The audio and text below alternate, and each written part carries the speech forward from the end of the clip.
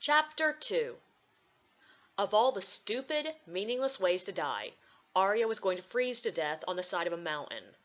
Her neighbors had dragged her out of the village square and up the hillside almost 6 hours before. They had climbed as high as they could reach on 2 feet, pounded a large wooden stake into the ground, and tied her to it. And then they left her. Hours had passed, the sun had set, and the temperature had dropped. She was so cold that she couldn't be properly frightened at the prospect of getting eaten by the wild animals that were no doubt roaming the mountainside. Her hands were bound together tightly enough that she was beginning to lose feeling in her fingers, and the rope was barely long enough for her to sit down. She tugged at her wrists again ineffectively. If she could just pull free... Then what? Where would she go? She couldn't return to the village. They would bring her right back out here, if they didn't come up with a more effective way to get rid of her. The next nearest village was over a week's walk away. Even if she made it there, she was a young girl, all alone with no money, no food, no skills, and nothing to sell. It would probably be safer out here on the mountain, and though Ariya was as self-reliant as any peasant girl, she did not have the skills to survive by herself in the wild. She rested her head against the stake, trying to ignore the moisture gathering in the corners of her eyes. The feeling that overwhelmed her wasn't even despair as much as annoyance. She was going to die out here, and there was nothing she could do about it. "Damn it!" Ariya shouted, mainly just to hear the sound of her own voice, but when her voice echoed back, it came with the quiet sound of stones tumbling down the mountain. Ariya held her breath and listened. Had she imagined the sound, or had her cry shaken something loose? No, there was definitely movement above her on the mountain. The sound came again, this time followed by actual stones tumbling down to bounce against her exposed back. Ariya forced herself to her feet, fighting to find a slightly more defensible position. There wasn't much she could do. The ropes held her tight against the pole with her back exposed to the mountain. No matter how she twisted, thick brush and darkness blocked her line of sight just a few feet above her. She opened her mouth to call out, but no sound came. What if it was a wolf or a murderer?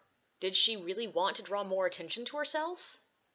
Ariya clenched her fist uselessly as a shadow stepped into her line of sight. It was definitely a human figure, though a voluminous hood and cloak hid what lay beneath. The figure stood above her for a moment, unmoving except for the wind fluttering the edges of the cloak like wings. "What are you doing out here?" The voice was male, but sharp and young. Ariya opened her mouth to offer a biting retort, but as he took a step forward, a soft sound, almost like a whimper, slipped from between her lips. She slammed her mouth shut, determined to never make such a pathetic sound again. With an impatient sound, the figure shoved the hood of his cloak back, repeating, "What are you doing out here?"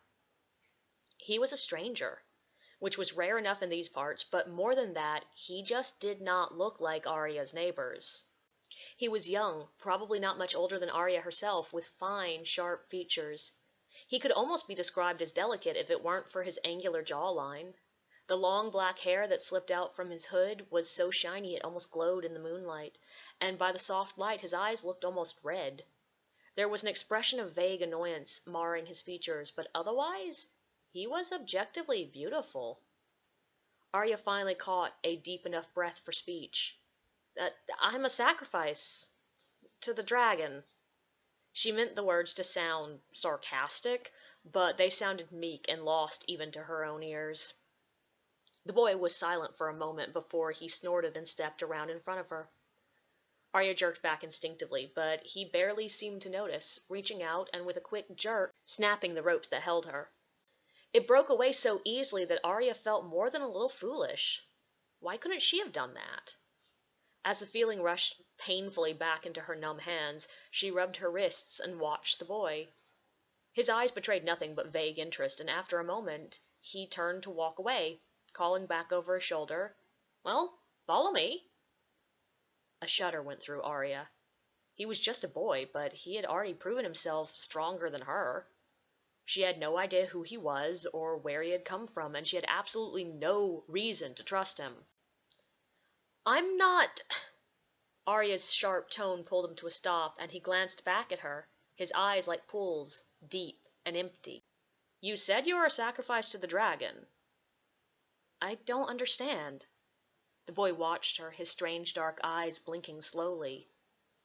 "You're a sacrifice to the dragon." He waited for her to nod, which she did irritably, before continuing. "And I'm the dragon.